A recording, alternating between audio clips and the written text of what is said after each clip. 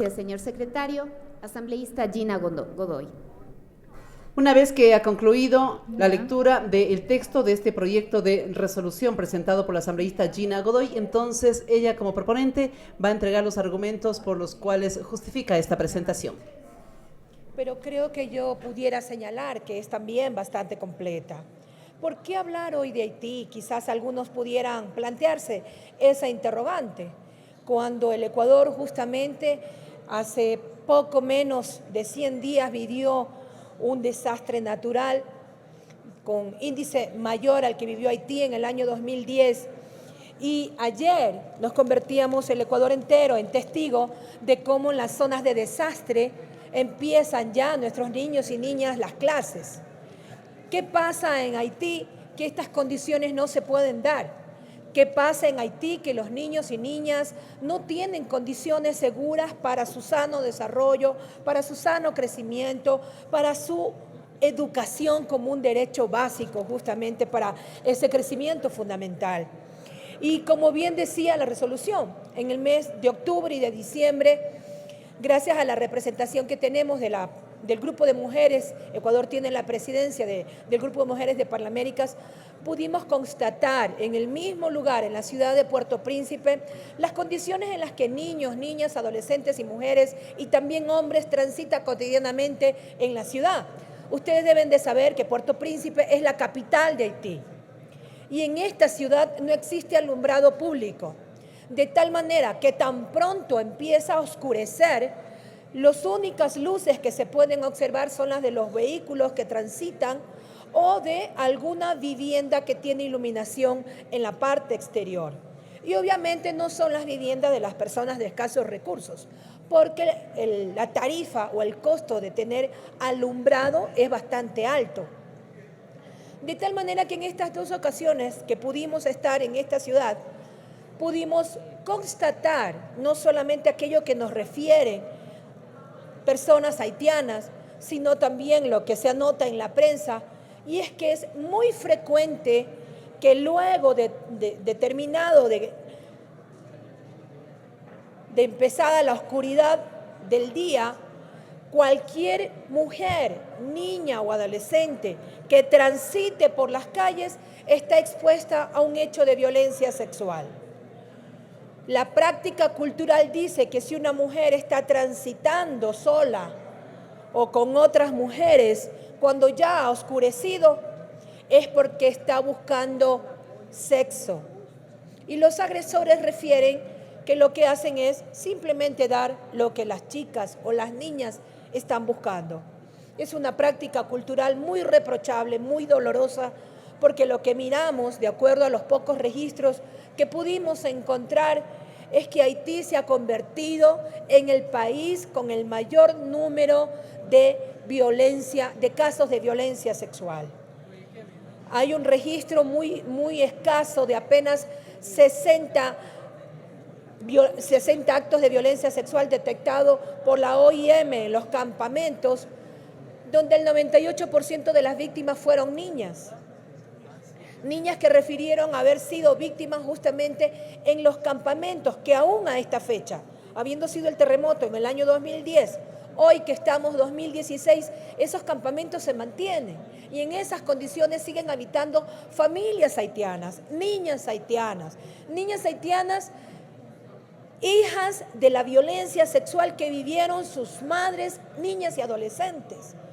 Y dadas las condiciones infrahumanas en las que estos campamentos existen o brindan la acogida para que ellas pernoten, resulta que los campamentos están en condiciones inadecuadas, pero los sanitarios están a distancias muy extremas. En medio del bosque, en medio de matorrales, ya baños endebles y casi destruidos, es el lugar donde tienen que hacer sus necesidades, pero también su aseo personal. En esas condiciones, desgraciadamente, niños y niñas haitianos desarrollan sus vidas.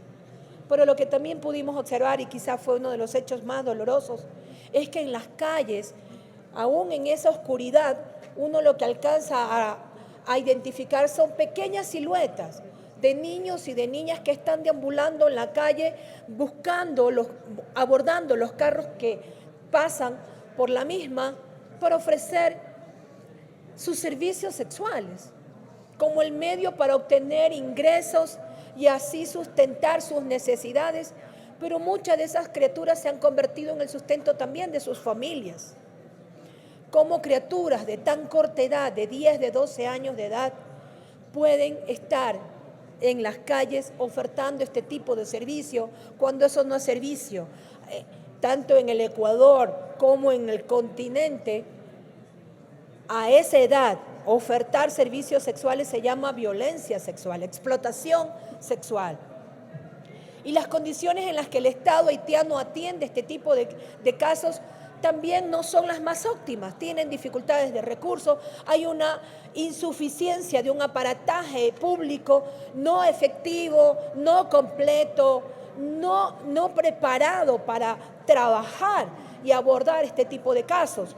Por eso yo quisiera recordar y también compartir a esta sala, en este pleno de la Asamblea Nacional, cómo la semana anterior el Estado ecuatoriano tuvo que comparecer ante el Alto Comisionado de Derechos Humanos, pero también el Canciller de la República contó a una sala en la que estaban representantes de países del mundo, de América Latina, de Europa, de Asia, y escuchar los comentarios de Turquía, de México, del mismo Suiza, de Chile, de Argentina, de Venezuela, de Bolivia, de España, cuando resaltaban la forma con la que Ecuador había abordado y había atendido este desastre natural vivido el 16 de abril. Creo que tenemos una historia distinta para contar. Creo que Ecuador tiene un trabajo hecho y ha demostrado que ha habido un Estado no solamente pendiente de dar una respuesta post-terremoto, sino que hay toda una planificación para lograr reconstruir y devolver a esas familias, en la medida de lo posible, aquellas condiciones en las que habitaban en cada uno de estos sectores afectados por este desastre natural. Así que si bien la historia del Ecuador sirve como un referente y para compartir procesos y experiencias al resto del mundo en un terremoto de tan alta magnitud, Ecuador sigue también extendiendo la mano a Haití como ya lo hizo en el año 2010.